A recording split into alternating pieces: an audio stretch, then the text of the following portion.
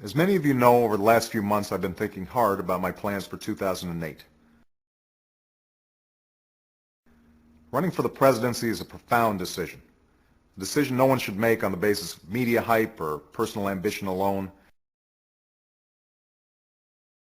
And so before I committed myself and my family to this race, I wanted to be sure that this was right for us, and more importantly, right for the country. I certainly didn't expect to find myself in this position a year ago.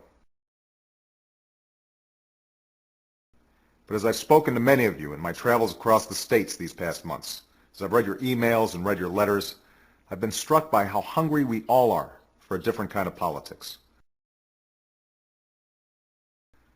So I spent some time thinking about how I could best advance the cause of change and progress that we so desperately need. The decisions that have been made in Washington these past 6 years and the problems that have been ignored have put our country in a precarious place. Our economy is changing rapidly, and that means profound changes for working people. Many of you have shared with me your stories about skyrocketing health care bills, the pensions you've lost, and your struggles to pay for college for your kids. Our continued dependence on oil has put our security and our very planet at risk. And we're still mired in a tragic and costly war that should never have been waged. But challenging as they are, it's not the magnitude of our problems that concerns me the most. It's the smallness of our politics. America's faced big problems before, but today our leaders in Washington seem incapable of working together in a practical, common-sense way.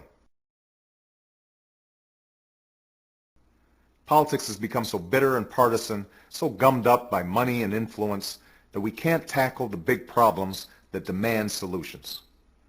And that's what we have to change first. We have to change our politics and come together around our common interests and concerns as Americans. This won't happen by itself. A change in our politics can only come from you, from people across our country who believe there's a better way and are willing to work for it.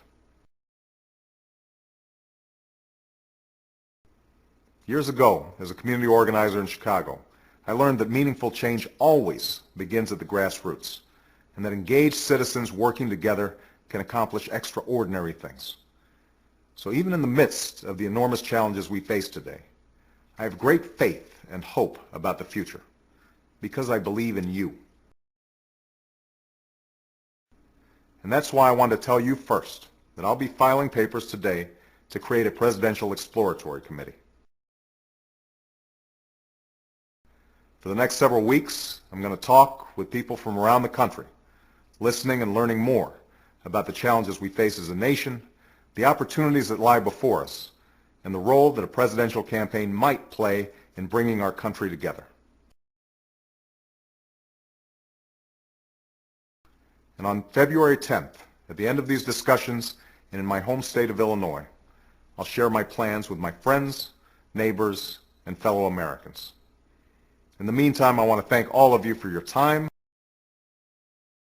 your suggestions, your encouragement, and your prayers. And I look forward to continuing our conversation in the weeks and months to come.